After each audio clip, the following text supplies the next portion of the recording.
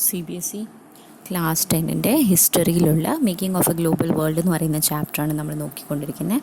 അപ്പോൾ അതിൽ ഇതുവരെ പണ്ടുണ്ടായിരുന്ന സിൽക്ക് റൂട്ടിൻ്റെ കാര്യം പഠിച്ചു. അത് കഴിഞ്ഞിട്ട് യൂറോപ്പുകാർ പല രാജ്യങ്ങളെയും പോയി കീഴടക്കിയത് പഠിച്ചു. അതുപോലെ തന്നെ യൂറോപ്പിൻ്റെ പ്രോസ്പെറിറ്റി എങ്ങനെയാണ് വന്നത്, ഈ പല രാജ്യങ്ങളും കണ്ടുപിടിച്ചതിൻ്റെ ഭാഗമായിട്ട് എങ്ങനെ പ്രോസ്പെറിറ്റി വന്നു എന്നൊക്കെ നമ്മൾ പഠിച്ചു. ഇനി അടുത്ത ടോപ്പിക്ക് പഠിക്കാൻ പോകുന്നത് ഇൻ്റർ വാർ എക്കണോമി എന്ന് പറയുന്ന ടോപ്പിക്കാണ്.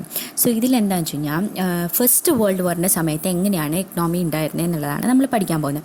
അപ്പോൾ ഫസ്റ്റ് വേൾഡ് വാറിൻ്റെ സമയത്ത് നോക്കിക്കഴിഞ്ഞാൽ ഫസ്റ്റ് വേൾഡ് വാർ മൊത്തത്തിൽ സെൻറ്റേർഡ് ആയിരുന്നത് യൂറോപ്പാണ് തുടങ്ങി വെച്ചത്. യൂറോപ്പാണ് കൂടുതലും ഫൈറ്റ് ചെയ്തത്. പക്ഷേ വേൾഡ് ഒട്ടാകെയുള്ള ആൾക്കാർ ഈ ഒരു ഫൈറ്റിൽ ഡയറക്റ്റ്ലി അല്ലെങ്കിൽ ഇൻഡയറക്റ്റ്ലി ഇൻവോൾവ് ആയിരുന്നു എന്ന് പറയാം.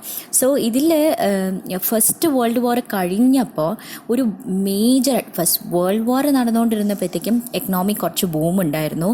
അത് കഴിഞ്ഞപ്പോഴത്തേക്കും ഒരു ഡിപ്രഷൻ വന്നു. ആ ഡിപ്രഷൻ ഒരു ഭയങ്കര വലിയ ക്രൈസിസ് ആയിരുന്നു. അതിൽ നിന്നും മൊത്തം വേൾഡിനൊന്ന് കരകയറാനായിട്ട് കുറേ വർഷങ്ങൾ വേണ്ടി വന്നു. ആ ഒരു സംഭവമാണ് നമ്മൾ പഠിക്കുന്നത്. അപ്പോൾ വാർ ടൈമിൽ എങ്ങനെയാണ് മൊത്തം എക്കണോമി ട്രാൻസ്ഫോം ആയത് എന്നാണ് ആദ്യം പഠിക്കുന്നത്. സോ ഫസ്റ്റ് വേൾഡ് വാർ നമ്മൾ നോക്കിക്കഴിഞ്ഞാൽ 2 മേജർ ടീംസ് തമ്മിലാണ് ഫൈറ്റ് ഉണ്ടായിരുന്നത്. അലീസ് പവറും അതുപോലെ സെൻട്രൽ ആക്സിസ് പവേഴ്സും തമ്മിലാണ് ഫൈറ്റ് ഉണ്ടായിരുന്നത്. അലീസിൽ ആരൊക്കെ ഉണ്ടായിരുന്നത്? Britain, France, Russia. കുറച്ച് കഴിഞ്ഞപ്പോൾ US അവരുടെ കൂട്ടത്തിൽ കൂടി. അതേസമയം ഓപ്പോസിറ്റ് സൈഡിൽ ആരാണ്ടായിരുന്നത്? സെൻട്രൽ ആക്സിസ് പവേഴ്സ് എന്ന് പറയുന്നവർ which is Germany, Austria Hungary and Ottoman Turkey. ഈ 3 പേരാണ് ഉണ്ടായിരുന്നത്. ഓസ്ട്രിയ ഹംഗറി ഒറ്റ പേരാണ്. So Germany, Austria Hungary and Ottoman ടർക്കിയാണ് ഉണ്ടായിരുന്നത്. മറ്റവരിൽ ബ്രിട്ടൻ, ഫ്രാൻസും റഷ്യയും. അങ്ങനെ നോക്കിയോ. അത് കഴിഞ്ഞിട്ട് പിന്നെ US ജോയിൻ ചെയ്തു. ഈ സംഭവം ഓഗസ്റ്റ് 1914 നമ്മുടെ ഫസ്റ്റ് വേൾഡ് വാർ തുടങ്ങിയത്. അപ്പോൾ എല്ലാ ഗവൺമെൻറ്റ്സും വിചാരിച്ചത് ഇപ്പം തീരും, ഈ സംഭവം ഒരു 4 മാസത്തെ കാര്യമില്ല, അല്ലെ 5 മാസം കൊണ്ട് ഈ വാർ തീരുമെന്ന് വിചാരിച്ചു. പക്ഷേ 4 വർഷം എടുത്തു ഈ വാർ ഒന്ന് തീരാനായിട്ട്. അപ്പോൾ ഫസ്റ്റ് വേൾഡ് വാർ എന്ന് പറഞ്ഞു കഴിഞ്ഞാൽ ബാക്കിയുള്ള വാറുകളെ പോലെയല്ല. എന്താ പറ്റിയെന്ന് പറഞ്ഞു കഴിഞ്ഞാൽ ഇതിൻ്റെ ഇടയിൽ വേൾഡ് മുഴുവനും ഇൻഡസ്ട്രീസ് വന്നു തുടങ്ങി. അപ്പോൾ എല്ലാ നേഷൻസും ഇൻഡസ്ട്രിയൽ നേഷൻസ് ആയിട്ട് മാറി. അപ്പോൾ ഈ മോഡേൺ ഇൻഡസ്ട്രീസിൻ്റെ ഒക്കെ പവർ വെച്ചിട്ട് മോഡേൺ ഇൻഡസ്ട്രീസിലൊക്കെ അവർ വെപ്പൺസ് ക്രിയേറ്റ് ചെയ്യാൻ തുടങ്ങി. എത്രമാത്രം നമ്മുടെ എനിമിയെ ഡിസ്ട്രോയ് ചെയ്യാൻ പറ്റുമോ അത്രമാത്രം പവർഫുൾ ആയിട്ടുള്ള വെപ്പൺസ് അവർ ഈ ഇൻഡസ്ട്രീസിലൊക്കെ ഓരോരോ രാജ്യത്തിൻ്റെ ഇൻഡസ്ട്രീസിൽ ഉണ്ടാക്കി തുടങ്ങി. സോ ലീഡിങ് ഇൻഡസ്ട്രിയൽ നേഷൻസ് എന്ത് ചെയ്തു? They harness the power of the modern industry to inflict greatest possible destruction on the എനിമീസിന് ഗ്രേറ്റസ്റ്റ് പോസിബിൾ ഡിസ്ട്രക്ഷൻ വരുത്താനുള്ള മെഷീനറീസാണ് അവർ ഈ ഇൻഡസ്ട്രീസിൽ ഉണ്ടാക്കിയത്. സോ ഈ ഫസ്റ്റ് വേൾഡ് വാർ എന്ന് പറയുന്നതാണ് ഏറ്റവും മോഡേൺ ഇൻഡസ്ട്രിയൽ വാർ എന്ന് നമുക്ക് പറയാൻ പറ്റുന്നത്. മെഷീൻ ഗൺസും ടാങ്ക്സും എയർക്രാഫ്റ്റ്സും കെമിക്കൽ വെപ്പൺസും ഒക്കെ ഉപയോഗിച്ചിട്ട് മാസീവ് സ്കെയിലിലാണ് അവർ വാർ നടത്തിയത്. സോ ഈ എല്ലാ മോഡേൺ ലാർജ് സ്കെയിൽ ഇൻഡസ്ട്രീസിലും മെഷീൻസ് ഇതേപോലെ വാറിൻ്റെ ആവശ്യമുള്ള സാധനങ്ങൾ ഉണ്ടാക്കാൻ തുടങ്ങി. അതുമാത്രമല്ല ത്രൂ ഔട്ട് ദ വേൾഡിൽ നിന്നും മില്യൺസ് ഓഫ് സോൾജേഴ്സിനെ റിക്രൂട്ട് ചെയ്തിട്ട് അവർ വലിയ ഷിപ്പിലും അതുപോലെ തന്നെ ട്രെയിനുകളിലും യുദ്ധം നടത്താൻ വേണ്ടിയിട്ട് കൊണ്ടുവന്നു. ഇതിൻ്റെ ഡെത്ത് എന്ന് പറയുന്നത് ഓൾമോസ്റ്റ് 9 മില്യൺ ആണ്. അതേപോലെ 20 മില്യൺ ആൾക്കാർക്ക് പരിക്കുകൾ, ഭയങ്കര അൺഇമാജിനബിൾ പരിക്കുകളൊക്കെ പറ്റിയെന്ന് പറയാം. ശരിക്കും ഈ ഇൻഡസ്ട്രീസ് ഇല്ലാന്നുണ്ടെങ്കിൽ ഇത്രയും തോതിലൊന്നും നമ്മുടെ വേൾഡ് എഫക്റ്റ് ആവില്ല. ഇത്രയും ആൾക്കാരൊന്നും ഒരിക്കലും മരിക്കില്ല. പക്ഷേ ഇൻഡസ്ട്രീസ് പവർ കാരണമാണ് ഇത്രയും വലിയ വെപ്പൺസ് ഉണ്ടാക്കിയതും ഇത്രയും ആൾക്കാർ മരിക്കാനും കാരണം. അപ്പോൾ ഈ മരിച്ചവരും അതുപോലെ തന്നെ പരിക്ക് പറ്റിയവരും എല്ലാം മിക്കതും ആണുങ്ങളാണ്. ആ ആണുങ്ങളെന്ന് പറയുന്നത് ശരിക്കും വർക്കിങ്ങിന് പറ്റിയ ഏജുള്ള ആണുങ്ങളാണ്. അപ്പോൾ എന്താ പറ്റിയേ? ഇങ്ങനെ വന്നപ്പോഴത്തേക്കും യൂറോപ്പിൽ ജോലി ചെയ്യാൻ നല്ല കേപ്പബിൾ ആയിട്ടുള്ള ആൾക്കാരില്ലാണ്ടേ. കാരണം ആണുങ്ങൾക്കെല്ലാം നല്ല പ്രോപ്പറായിട്ട് ആരോഗ്യമുള്ള ആണുങ്ങൾ എല്ലാവരും യുദ്ധത്തിന് പോയി. അവരെല്ലാവരും മരിക്കുകയും അല്ലാന്നുണ്ടെങ്കിൽ ഇഞ്ചേർഡ് ആവുകയും ചെയ്തു. അപ്പോൾ ജോലി ചെയ്യാൻ ആളില്ലാത്തപ്പോൾ എന്താ പറ്റിയ? പെണ്ണുങ്ങളാണ് അവസാനം ഈ ആണുങ്ങൾ ചെയ്യുന്ന ജോലിയെല്ലാം ചെയ്യാൻ തുടങ്ങി. സോ ഇൻഡസ്ട്രീസും ഈ പറയുന്ന പോലെ ടോട്ടലി റീകൺസ്ട്രക്റ്റഡായി വാർ റിലേറ്റഡ് സാധനങ്ങൾ ഉണ്ടാക്കാനും ഇൻഡസ്ട്രീസിലും സ്റ്റാർട്ട് ചെയ്തു. അതുപോലെ ഓരോ ഫാമിലിയിൽ നോക്കിക്കഴിഞ്ഞാൽ അതുപോലെ ഫാമിലീസിൽ നോക്കിക്കഴിഞ്ഞ് കഴിഞ്ഞാൽ ആൾക്കാർ ഭയങ്കര കുറവാണ്, കാരണം ആണുങ്ങളെല്ലാവരും യുദ്ധത്തിന് പോയിട്ടുണ്ട്. അപ്പോൾ ഈ പറയുന്ന പോലെ number of people in the family ഭയങ്കരമായിട്ട് റെഡ്യൂസ് ചെയ്തു, ഏർണിംഗ് മെമ്പേഴ്സും ഭയങ്കരമായിട്ട് കുറഞ്ഞു. അപ്പോൾ ഫാമിലിയുടെ ഇൻകം മൊത്തത്തിൽ ഭയങ്കരമായിട്ട് ചുരുങ്ങി. ഇപ്പോൾ ഇത്രയാണ് വാർ കാരണം ഉണ്ടായ ചേഞ്ചസ് എന്ന് പറയുന്നത്. അതുപോലെ രാജ്യങ്ങൾ ഫാമിലിയിലുണ്ടായ ചേഞ്ചസ് ആണ് നമ്മൾ പറഞ്ഞത്. അതേസമയം രാജ്യങ്ങൾക്ക് എന്ത് സംഭവിച്ചു? ബ്രിട്ടൻ ആണെന്നുണ്ടെങ്കിൽ യുദ്ധം ചെയ്ത് അവർക്ക് കാശില്ലാത്ത അവസ്ഥയായി. അവരെന്ത് ചെയ്തു? അവർ യു എസിൻ്റെ ബാങ്കുകളിൽ നിന്നും യു എസിൻ്റെ പബ്ലിക്കിൻ്റെ കയ്യിൽ നിന്നും കുറേ കാശ് കടം വാങ്ങിക്കാൻ തുടങ്ങി. അതുപോലെ തന്നെ പല വലിയ വലിയ രാജ്യങ്ങൾ തമ്മിലും വലിയ എക്കണോമിക് ലിങ്കുകൾ ഉണ്ടായിരുന്നു, വലിയ കൊടുക്കൽ വാങ്ങൽ പരിപാടികളൊക്കെ ഉണ്ടായിരുന്നു. അതെല്ലാം ബ്രേക്കായി. കാരണം പലരും അങ്ങോട്ടും ഇങ്ങോട്ടും യുദ്ധം ചെയ്യുവാണ്, അതുപോലെ തന്നെ എനിമീസായി, അങ്ങനെ കുറേ പ്രശ്നങ്ങളായി. സോ പല എക്കണോമിക് പവേഴ്സും തമ്മിൽ അങ്ങോട്ടും ഇങ്ങോട്ടും യുദ്ധം ചെയ്യുന്നത് കൊണ്ട് തന്നെ അവരുടെ എക്കണോമിക് ലിങ്കുകളെല്ലാം ബ്രേക്കായി. അതുപോലെ ബ്രിട്ടൻ എന്ന് പറയുന്നത് ഭയങ്കര വലിയ ഒരു എക്കണോമിക് പവർ ആയിരുന്നു. അവർ ശരിക്കും പറഞ്ഞു കഴിഞ്ഞാൽ എപ്പോഴും കടം കൊടുത്തുകൊണ്ടിരുന്ന ടീംസ് ആയിരുന്നു.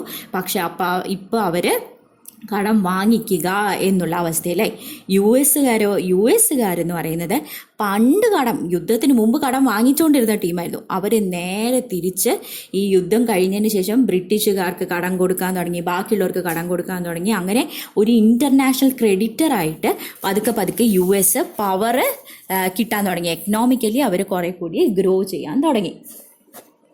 അങ്ങനെ യുദ്ധത്തിൻ്റെ അവസാനം യു എസ്സുകാർ ശരിക്കും പറഞ്ഞു കഴിഞ്ഞാൽ ബാക്കിയുള്ള സ്ഥലത്ത് കൊടുത്തിരിക്കുന്നത്, യു എസ്സുകാർ കടം കൊടുത്തിരിക്കുന്ന കാശ് ഭയങ്കര കൂടുതലായി. അങ്ങനെ യു എസ്സുകാർ ഭയങ്കര വലിയ എക്കണോമിക്കൽ പവറായി.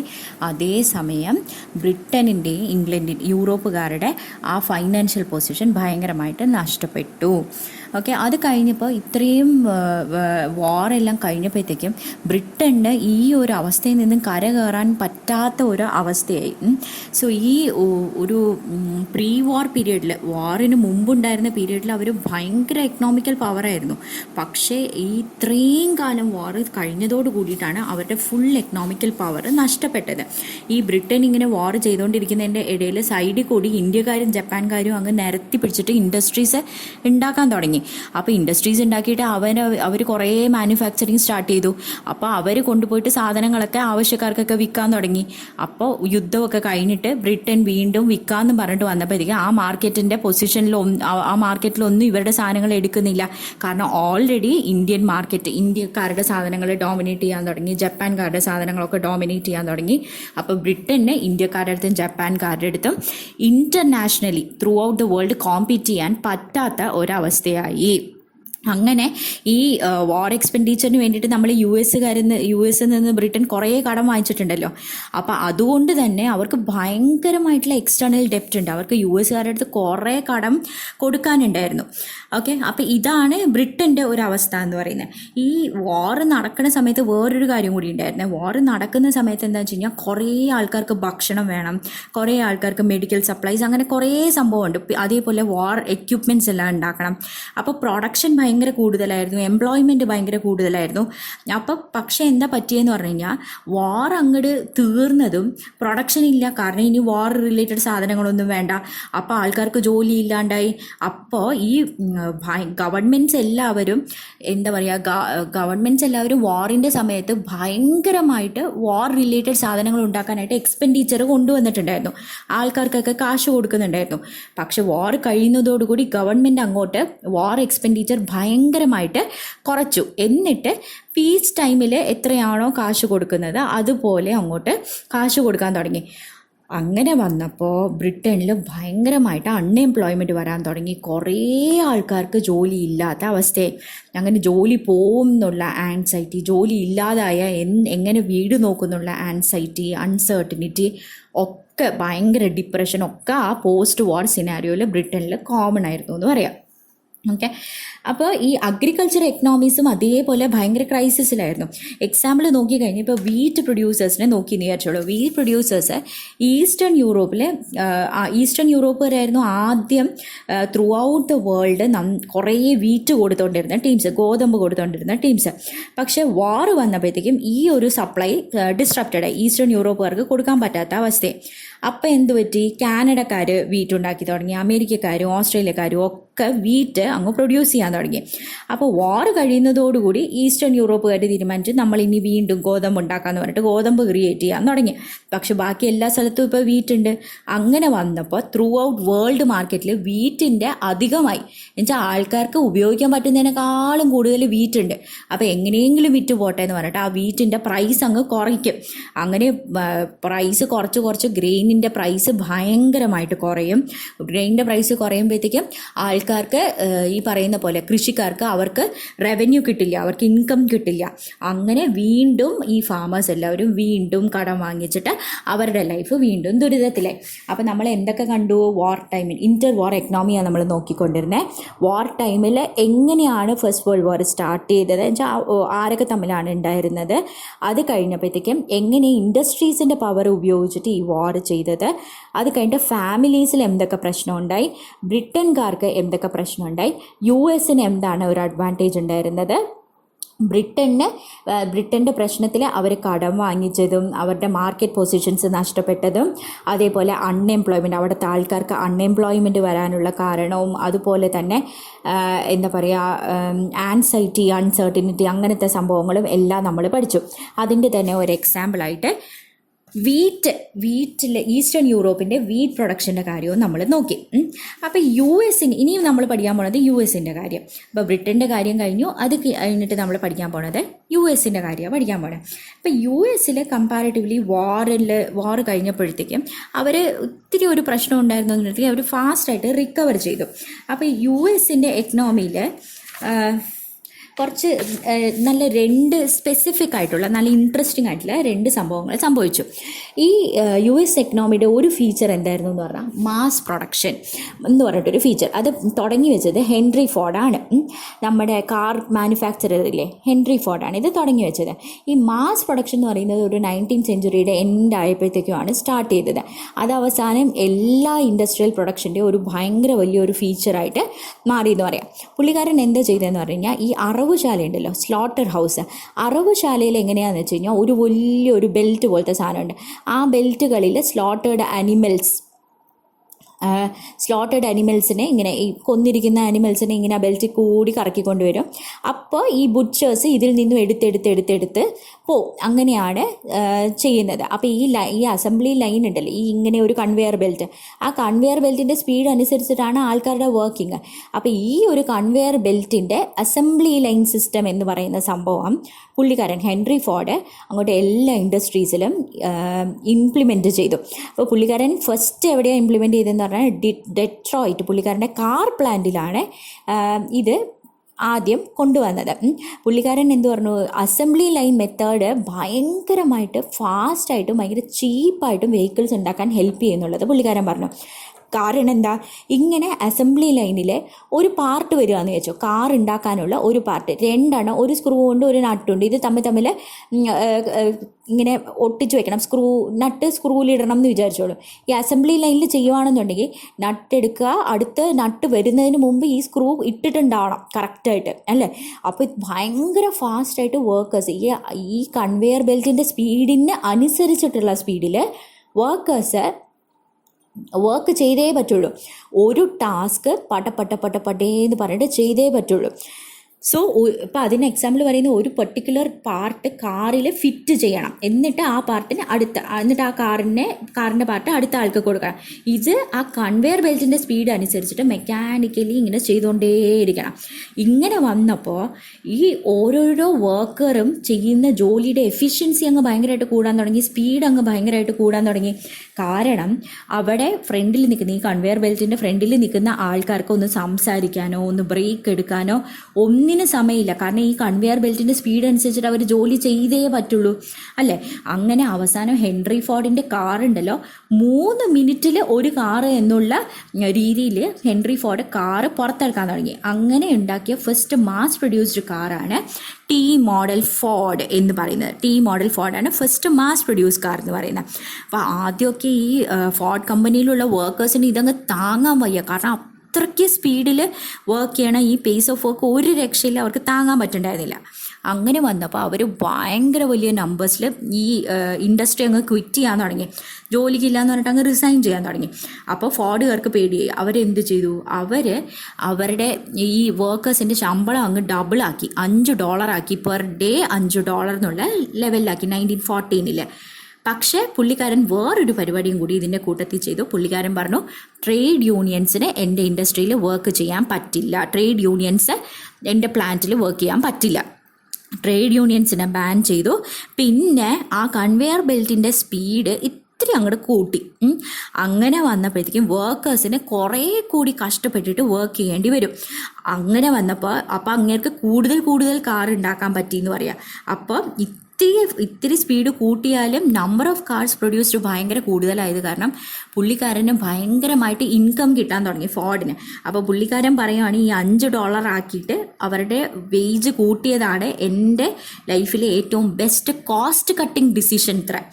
കാരണം അത്രയ്ക്കും അവരെ കൊണ്ടിട്ട് ഈ $5 കൊടുത്താലും അതിൻ്റെ ഇരട്ടി പണി ചെയ്യിപ്പിച്ചതാണ് പുള്ളിക്കാരൻ ചെയ്ത ഒരു ഇതെന്ന് പറയുന്നത്. ഓക്കെ, സോ അത് കഴിഞ്ഞപ്പോൾ ഈ ഒരു ഫോർഡിസ്റ്റ് സ്റ്റൈലിൽ industrial practice through out the US spread ആവാൻ തുടങ്ങി. അത് ഇതേപോലെ തന്നെ യൂറോപ്പിലും നന്നായിട്ട് ഇവർ ഇതേപോലെ ഇംപ്ലിമെൻറ്റ് ചെയ്തു. അപ്പോൾ US-ലും യൂറോപ്പിലും ഇതേപോലെ തന്നെ ഈ ഒരു ഫോർഡിസ്റ്റ് സ്റ്റൈൽ ഓഫ് ഇൻഡസ്ട്രിയൽ പ്രാക്ടീസ് കൊണ്ടുവന്നു.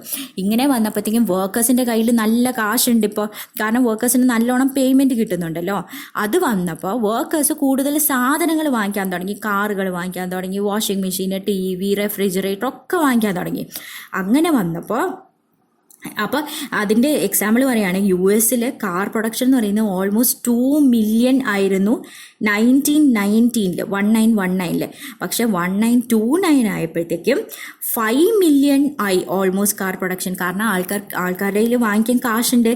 Even when they are working hard they were paid very well. അതുകൊണ്ട് അവർക്ക് കാർ വാങ്ങിക്കാനും ബാക്കിയുള്ളത് വാങ്ങിക്കാനും കാശുണ്ട്.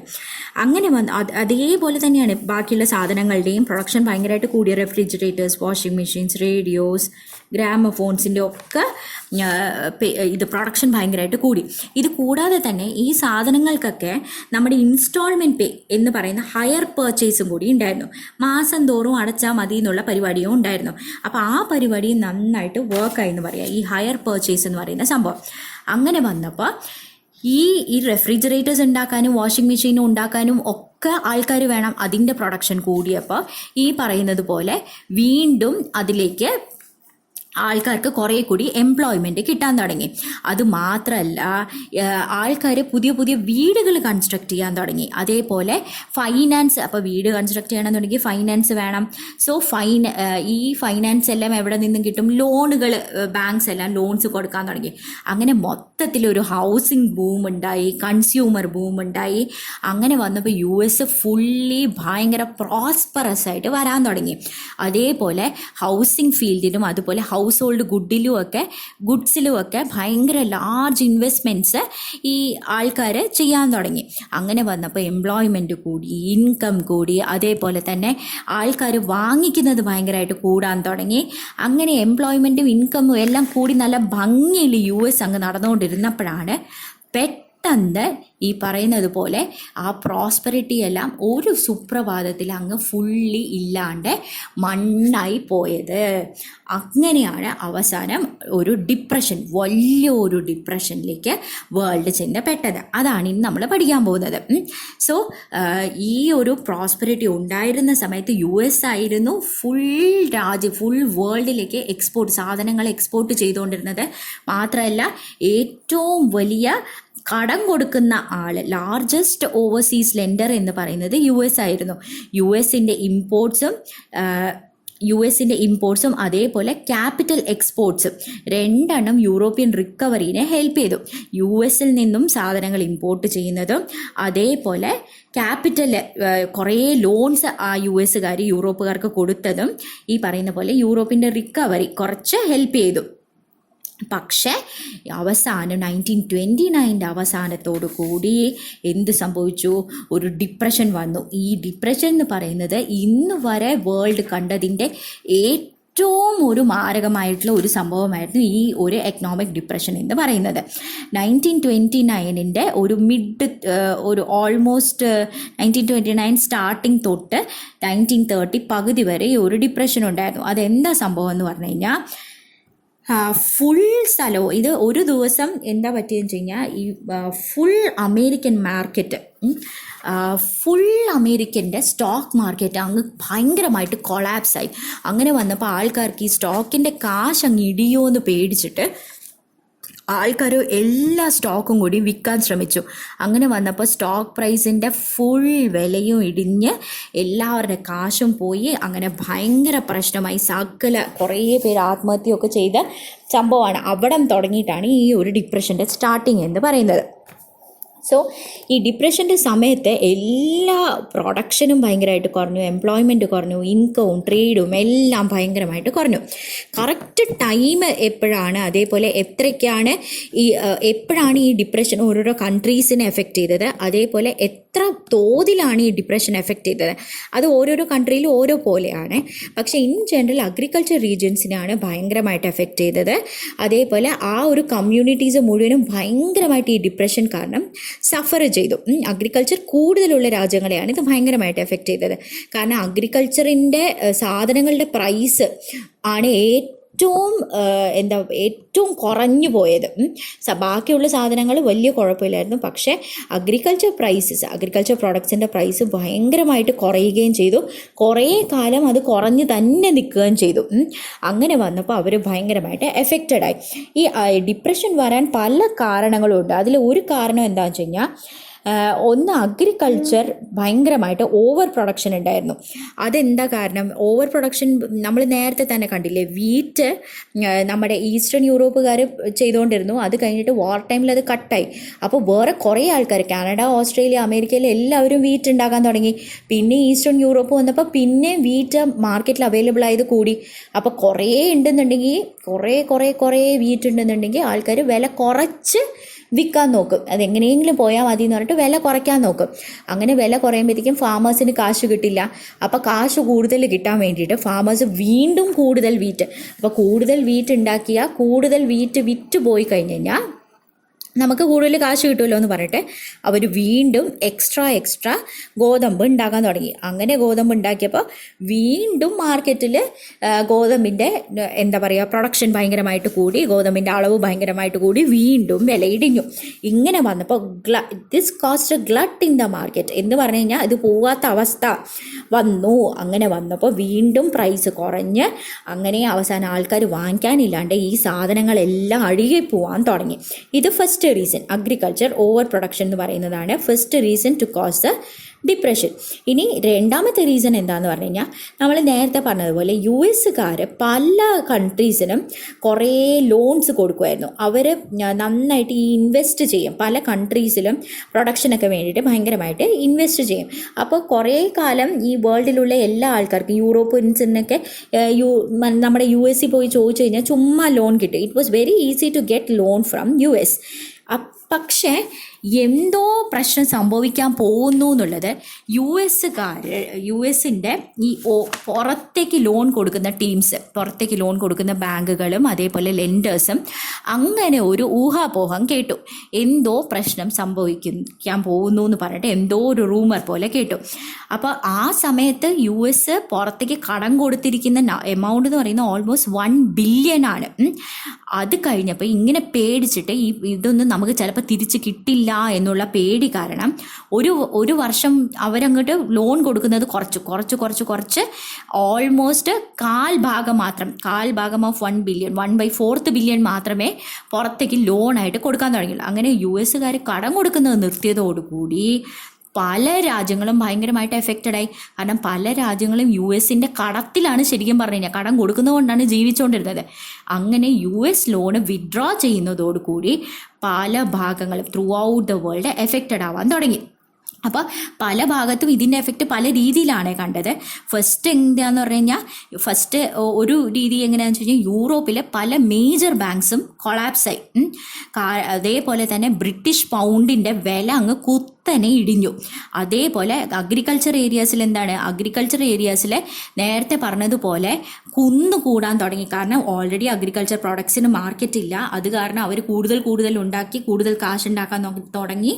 അങ്ങനെ കാശ് ഉണ്ടാക്കാൻ നോക്കി, പക്ഷേ ഓവർ പ്രൊഡക്ഷൻ കാരണം ഒരു സാധനം പോവാത്ത അവസ്ഥയായി. ഇതെല്ലാം US പ്രോപ്പർലി ലോൺ കൊടുക്കാത്തത് കൊണ്ട് സംഭവിക്കുന്നതും കൂടിയാണെന്ന് പറയാം. അതേപോലെ റോ മെറ്റീരിയൽസിൻ്റെ പ്രൈസസും ഭയങ്കരമായിട്ട് എഫക്റ്റഡ് ആയി എന്ന് പറയാം. അതേപോലെ US വേറൊരു പണിയും കൂടി കാണിച്ചു. ഈ ഡിപ്രഷൻ അവനവൻ്റെ US കൺട്രീനെ എഫക്റ്റ് ചെയ്യാതിരിക്കാൻ വേണ്ടിയിട്ട് അവരെന്ത് ചെയ്തു എന്നറിയോ, US ഇമ്പോർട്ട്, നിങ്ങൾ പുറത്തുള്ള രാജ്യക്കാരൊന്നും US ഉള്ളിലേക്ക് കൊണ്ടുവന്നിട്ട് സാധനങ്ങൾ വിൽക്കണ്ട എന്നുള്ളത് വരുത്താൻ വേണ്ടിയിട്ട് അവർ ഇമ്പോർട്ട് ഡ്യൂട്ടി അങ്ങ് ഭയങ്കരമായിട്ട് കൂടി. അത് വന്നപ്പോൾ US ആൾക്കാർ യൂറോപ്പിൽ ഉണ്ടാക്കിയ സാധനവും ഇന്ത്യയിൽ ഉണ്ടാക്കിയ സാധനവും ഒന്നും വാങ്ങാണ്ടായി. കാരണം ഭയങ്കര കാശ്, ഇമ്പോർട്ട് ചെയ്യാൻ ഭയങ്കര കാശാണ്. സോ ഇമ്പോർട്ട് ഡ്യൂട്ടി കൂടിയപ്പോൾ ബാക്കിയുള്ള രാജ്യത്തിൻ്റെ സാധനങ്ങളൊന്നും US പോയി വിൽക്കാൻ പറ്റില്ല. അങ്ങനെ വന്നപ്പോൾ അതും വേൾഡ് ട്രേഡിനെ ഭയങ്കരമായിട്ട് എഫക്റ്റ് ചെയ്തു. സോ എങ്ങനെയൊക്കെയാണ് US ലോൺ കൊടുക്കാതെ, ഫസ്റ്റ് റീസൺ എന്തായിരുന്നു, അഗ്രികൾച്ചർ ഓവർ പ്രൊഡക്ഷൻ കാരണം ഡിപ്രഷൻ ഉണ്ടായി. രണ്ടാമത്തെ റീസൺ US ലോൺ കൊടുക്കുന്നത് വെട്ടിച്ചുരുക്കി. അപ്പോൾ അതിൻ്റെ ഇമ്പാക്റ്റ് എന്ന് പറയുന്നത് യൂറോപ്പിൻ്റെ കുറേ ബാങ്കുകൾ കൊളാപ്സായി, ബ്രിട്ടീഷ് പൗണ്ടിൻ്റെ വില അങ്ങ് കുത്തനെ ഇടിഞ്ഞു. അതേപോലെ അഗ്രികൾച്ചർ പ്രോഡക്ട്സ് ഭയങ്കരമായിട്ട് കുന്നുകൂടാൻ തുടങ്ങി. അതേപോലെ തന്നെ റോ മെറ്റീരിയൽ പ്രൈസ് ഭയങ്കരമായിട്ട് എഫക്റ്റഡ് ആയി. അതുപോലെ തന്നെ US ഇമ്പോർട്ട് ഡ്യൂട്ടി അങ്ങ് ഭയങ്കരമായിട്ട് കൂട്ടിയപ്പോഴത്തേക്കും വേൾഡ് ഓവർ ഉള്ള ട്രേഡ് ഭയങ്കരമായിട്ട് എഫക്റ്റഡ് ആയി. കാരണം US കൂടി സാധനം വാങ്ങാത്ത അവസ്ഥ വന്നപ്പോൾ ഭയങ്കരമായിട്ട് എഫക്റ്റഡ് ആയി. സോ ഇത്രയും രീതിയിൽ എഫക്റ്റഡ് ആയി. ഇനി US എന്ത് സംഭവിച്ചു, ഇതൊക്കെ ചെയ്തത് US അവനവനെ പ്രൊട്ടക്റ്റ് ചെയ്യാനാണ്. പക്ഷേ ഏറ്റവും വലിയ തിരിച്ചടി കിട്ടിയത് US തന്നെയാണ്. US was one of the countries which was worst affected by the depression. അതെന്താ പറ്റിയ, മൊത്തം പ്രൈസ് അങ്ങ് ഇടിഞ്ഞു. ഫുൾ സാധനങ്ങളുടെ പ്രൈസസ് അങ്ങോട്ട് ഇടിഞ്ഞു. എന്നിട്ട് US ബാങ്കുകളും ഭയങ്കരമായിട്ട് പേടിച്ചു. മൊത്തത്തിൽ ഇവർ കൊളാപ്സ് ആവുമെന്ന് പേടിച്ചിട്ട് US ബാങ്ക് എന്ത് ചെയ്തു, അവനവൻ്റെ ആൾക്കാർക്ക് ഡൊമസ്റ്റിക് ലെൻഡിങ് അങ്ങ് ഭയങ്കരമായിട്ട് കുറച്ചു. US ആൾക്കാർക്ക് തന്നെ കടം കൊടുക്കുന്നത് കുറച്ചു. എന്നിട്ട് അവർ പറഞ്ഞു, ഞങ്ങൾ തന്ന ലോണൊക്കെ തിരിച്ച് കൊണ്ട് അടയ്ക്കാനായിട്ട് പറഞ്ഞു. അപ്പോൾ ആൾക്കാർക്ക് ഫാമേഴ്സിനൊക്കെ അവരുടെ സാധനങ്ങൾ വിൽക്കാൻ പറ്റുന്നില്ല. കാരണം ഭയങ്കര കുറവ് വില എല്ലാത്തിനും, എല്ലാം അങ്ങ് ഓവർ പ്രൊഡക്ഷൻ അല്ലേ. അപ്പോൾ ഇഷ്ടം പോലെ സാധനങ്ങൾ, ഇഷ്ടം പോലെ ഗോതമ്പ് എല്ലാം അവൈലബിൾ ആണ്. അപ്പോൾ ഈ ഹാർവെസ്റ്റ് ഒന്നും വിൽക്കാൻ പറ്റുന്നില്ല. അപ്പോൾ പല ആൾക്കാർക്കും ജോലി ഇല്ലാത്ത അവസ്ഥ. അതേപോലെ ഹൗസ് ഹോൾഡ്സ് എല്ലാം, കാശില്ലാത്തത് കാരണം ഹൗസ് ഹോൾഡ്സ് എല്ലാം റൂയിൻഡായി, ബിസിനസ് കൊളാപ്സ് ആവാൻ തുടങ്ങി. അങ്ങനെ കാശില്ലാതെ ആൾക്കാർക്ക് US ബാങ്ക്സിൽ നിന്ന് എടുത്തിരിക്കുന്ന ലോൺസ് ഒന്നും തിരിച്ചടയ്ക്കാൻ പറ്റുന്നില്ല. കാറുകൾ ലോൺ വെച്ചിട്ടാണ് വാങ്ങിച്ചിരിക്കുന്നത്, ഈ ലോണൊന്നും തിരിച്ചടയ്ക്കാൻ പറ്റുന്നില്ല. വീട് വെച്ചിരിക്കുന്ന ലോൺ വെച്ചിട്ട് അതും തിരിച്ചടയ്ക്കാൻ പറ്റുന്നില്ല.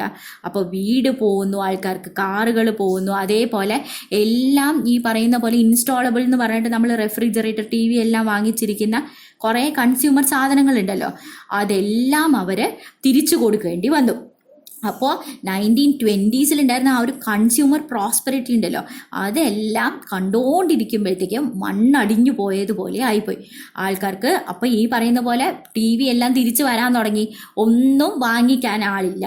അപ്പോൾ TV കമ്പനിയിൽ ജോലി ചെയ്യാൻ ആൾ വേണ്ട, എല്ലാവരും പിരിച്ചുവിടാൻ തുടങ്ങി. അങ്ങനെ അൺഎംപ്ലോയ്മെൻറ്റ് വരാൻ തുടങ്ങി. അങ്ങനെ ഭയങ്കര പോവർട്ടി വരാൻ തുടങ്ങി. ആൾക്കാർ നടന്ന് ദൂരെ ദേശങ്ങളിൽ പോയിട്ട് ജോലിയുണ്ടോ എന്ന് അന്വേഷിക്കാൻ തുടങ്ങി. അൾട്ടിമേറ്റ്ലി US ബാങ്കിങ് സിസ്റ്റം തന്നെ കൊളാപ്സായി. കാരണം ഈ കൊടുത്തിരിക്കുന്ന ലോണുകളൊന്നും ആൾക്കാർ തിരിച്ചടയ്ക്കുന്നില്ല. അപ്പോൾ അതേപോലെ തന്നെ US ബാങ്കിലിട്ടിരിക്കുന്ന ലോൺ തിരിച്ചു കിട്ടിയാലാണ് ബാങ്കിൽ ഡെപ്പോസിറ്റ് ചെയ്തിരിക്കുന്ന ഡെപ്പോസിറ്റേഴ്സിന് കാശ് തിരിച്ചു കൊടുക്കാൻ പറ്റുള്ളൂ. ലോൺ തിരിച്ചു കിട്ടുന്നില്ല അവർക്ക്. അപ്പോൾ ബാങ്കിൻ്റെ ഡെപ്പോസിറ്റേഴ്സിന് കാശ് തിരിച്ചു കൊടുക്കാൻ പറ്റുന്നില്ല. അങ്ങനെ അൾട്ടിമേറ്റ്ലി ബാങ്കുകളെല്ലാം ബാങ്ക്രപ്റ്റായി. തൗസൻഡ്സ് ഓഫ് ബാങ്ക്സ് പൂട്ടിപ്പോയി. 1933 ഓൾമോസ്റ്റ് 4000 ബാങ്കുകളാണ് പൂട്ടിപ്പോയത്. പക്ഷെ 1929 to 1932 വരെ ഓൾമോസ്റ്റ് 1 lakh 10,000 കമ്പനീസാണ് കൊളാപ്സ് ആയതെന്ന് പറഞ്ഞിട്ട് പറയാം. 1935 ആയപ്പോൾ ചെറുതായിട്ട് ഇൻഡസ്ട്രിയൽ കൺട്രീസ് പതുക്കെ റിവൈവ് ചെയ്ത് തുടങ്ങി. പക്ഷേ ഈ ഗ്രേറ്റ് ഡിപ്രഷൻ്റെ ഒരു എഫക്റ്റ് എന്ന് പറയുന്നത് സൊസൈറ്റിയിലും പൊളിറ്റിക്സിലും അതേപോലെ ഇൻ്റർനാഷണലി ഉള്ള റിലേഷൻഷിപ്സിനെയും ഭയങ്കരമായിട്ട് എഫക്റ്റ് ചെയ്തു. അത് ഇന്നും ആൾക്കാരുടെ മനസ്സിൽ മായാത്ത ഒരു മുറിവായിട്ട് ഈ ഡിപ്രഷൻ ഇപ്പോഴും ഉണ്ടെന്ന് പറഞ്ഞിട്ട് പറയാം. അപ്പോൾ ഇതിൽ നമ്മൾ എന്തൊക്കെ ഇനി അടുത്ത നമുക്ക് പഠിക്കാനുള്ളത് ഇന്ത്യയിൽ എങ്ങനെയാണ് ഡിപ്രഷൻ എന്നുള്ളതാണ്. അത് നമുക്ക് അടുത്ത ഓഡിയോയിൽ നോക്കാം. സോ ഈ ഓഡിയോയിൽ നമ്മൾ എന്തൊക്കെയാണ് പഠിച്ചത്? ഇന്റർ വാർ എക്കണോമിയാണ് നമ്മൾ നോക്കിയത്.